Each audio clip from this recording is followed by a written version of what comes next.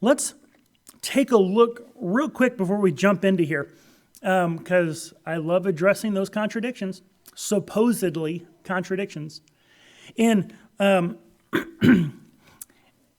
the series of events that we just read through of the people who claim, hey, you were with Jesus, is a little bit different in each gospel. And people look and they go, aha, contradiction. Look, the gospels don't match up. In Matthew says that it was a servant girl and then some other girl and then a crowd of people. In Mark's gospel, it's a servant girl, the same girl again, supposedly, and then a crowd of people. Luke says, as we just read, it is a servant girl, a man, and then another man. In John, it is a girl at the door, some anonymous people, and then one of the high priest's servants.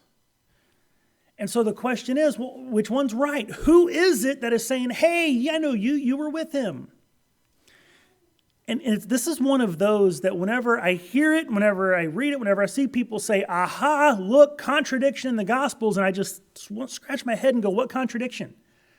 Where are you looking? He's in a courtyard full of people. And, groups of people often kind of follow each other. One person says something, other people pick up on it. So one person goes, hey, you were with them. And someone else goes, yeah, I saw you were with them. And several people chime in. So which one do you record was saying, asked him, hey, didn't you know, weren't you with Jesus? Well, several people asked him.